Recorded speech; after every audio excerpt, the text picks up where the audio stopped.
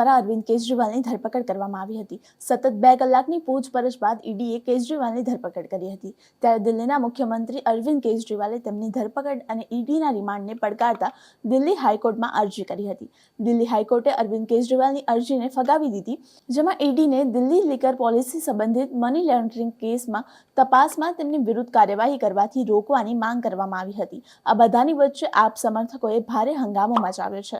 નમસ્કાર, હું મૈત્રી મકવાણાને આપ જોઈ રહ્યા છો નિર્ભય ન્યૂઝ।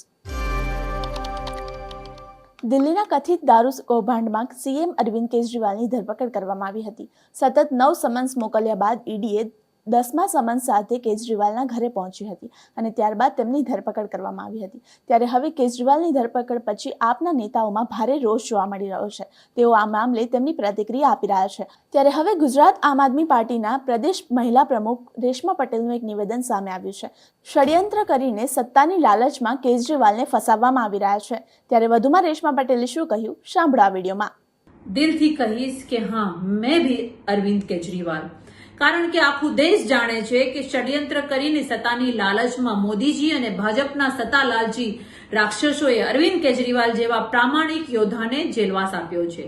ત્યારે અમને અમારા કર્મ ઉપર ભરોસો છે, અમને અમારા ધર્મ ઉપર ભરોસો છે અને ધર્મશાસ્ત્ર એવું કહે છે કે પ્રભુ શ્રી રામને પણ સત્તાની લાલચમાં વનવાસ ષડયંત્ર કરીને મોકલવામાં આવ્યા હતા અને એ જ પ્રભુ શ્રી રામ રાક્ષસોના સહારનું કારણ બન્યા, એના વધનું કારણ બન્યા, અધર્મનો નાશ કરી અને ધર્મની સ્થાપના કરી।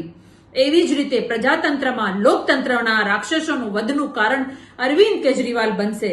અરવિંદ કેજરીવાલને ષડયંત્ર કરી અને જેલવાસ મળ્યો છે। ત્યારે ચોક્કસ અમને વિશ્વાસ છે કે સત્યનો વિજય થશે, અરવિંદ કેજરીવાલ ચોક્કસ બહાર આવશે અને એટલા માટે જ સડકથી લઈ અને સંસદ સુધી એક જ અવાજ ઉઠે છે કે હા, મેં ભી કેજરીવાલ।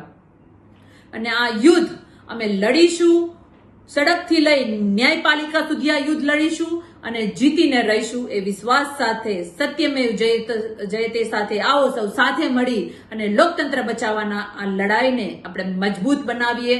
ધન્યવાદ। અમારો રિપોર્ટ તમને કેવો લાગ્યો તે કોમેન્ટ બોક્સમાં ચોક્કસથી જણાવશો। લોકસભા ચૂંટણીને લગતા આવા જ ઇન્ફોર્મેટિવ વિડીયોઝ માટે આપ જોતા રહો નિર્ભય ન્યૂઝ। અમારી ચેનલ નિર્ભય ન્યૂઝને લાઇક, શેર અને સબસ્ક્રાઇબ કરવાનું ભૂલશો નહીં। આભાર।